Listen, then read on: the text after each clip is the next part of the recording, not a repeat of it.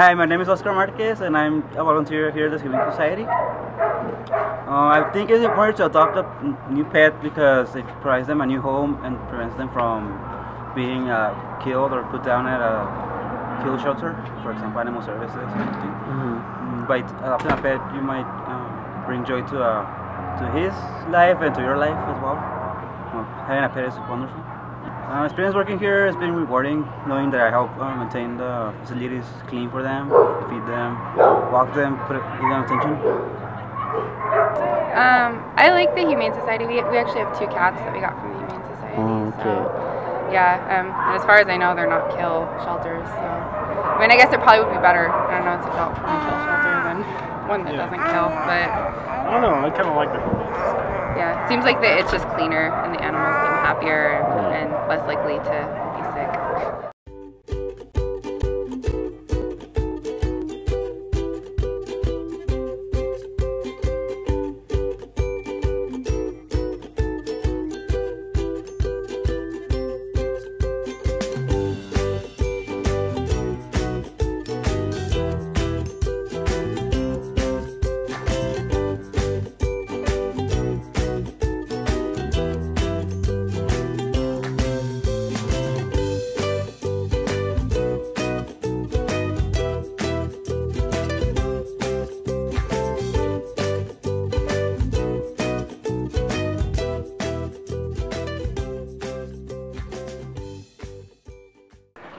Hi, my name is Loretta Hyde. I'm the founder of the Animal Rescue League.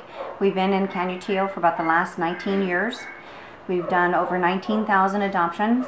Our mission is to save the abandoned, the orphaned, the abused, to rehabilitate them, give them medical care, and find them forever homes. Our adoptions are anywhere from 125 to 150, all depending on the size of the dog. Anybody over 70 pounds that qualifies for the 150. But we vaccinate everybody, we do heartworm testing or deworming, all depending how old the animals are. We do microchipping with national registration, spay or neuter, collar ID, and a small bag of food.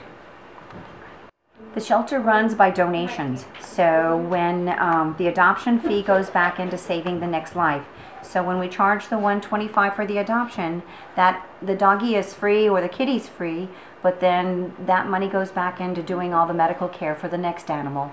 And a lot of these guys will come in with heartworms or Ehrlichia or ringworm or whatever, or the puppies need formula. So really the $125 barely covers what we do. And the community has really stepped up and felt like what we do here at Animal Rescue is a good service, so we've been very fortunate and blessed to be here for the 19 years. We have a volunteer coordinator that comes to the shelter and does the orientation once a month. And then people are always welcome to come out and see how Animal Rescue runs, but we need foster homes, and we need people that don't mind doing like vet runs and grooming runs or socializing or bathing, things like that. People that can help with landscaping or, you know, just maintenance in particular. We have, you know, handyman guys that come out and do a lot of our little odds and ends, and it saves us a lot of money. We have a lot of kids that collect food, do food drives and puppy, you know, for puppy supplies and things like that, which are very helpful.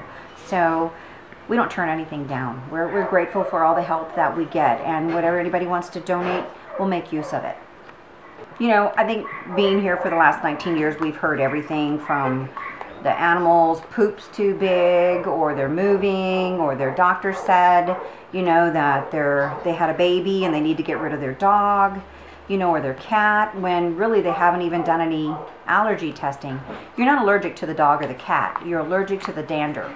So if you will just keep like an air purifier in the room and keep your animal groomed, there's no reason to really get rid of them because of that. But, you know, if they get a puppy, they throw it out in the backyard, and then it grows up, and then they decide, you know, that they don't like the puppy jumping on them, and, you know, being happy to see them, they say you know, the dog acts crazy. Well, that's because you didn't do anything with it. So they wanna return it and get another one that's better. But dogs aren't born mean. They're not born aggressive. You have to put the time into them. So don't get an animal if you're going to throw it in the backyard and only feed it once a day and not spend any time with it. These little guys are social animals. They're companions. And that's what they want to be. They don't want to be your guard dog out back and bark when somebody walks around. They want to come in and sleep in bed with you, and while you're eating, that they know that they have a nice meal that night too. So, you know, be prepared. If you have a high energy dog, then you need to be a high energy person. If you're laid back and you just want like a little kitty to come hang out with you, well then that's great too. But choose wisely when you go to adopt, so that that's the only, you know, adoption they have, and that they're not thrown away because you made a bad choice.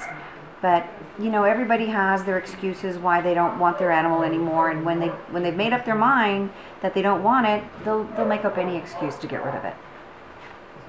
They killed 31,000 animals here in El Paso last year, and people have to understand that they need to spay and neuter. So why keep making more puppies, and when they already killed 31,000 animals that need homes that are adoptable? So think about every time your doggy or your kitty has pups, that means another dog or kitty has to die at animal control and be thrown in the dump.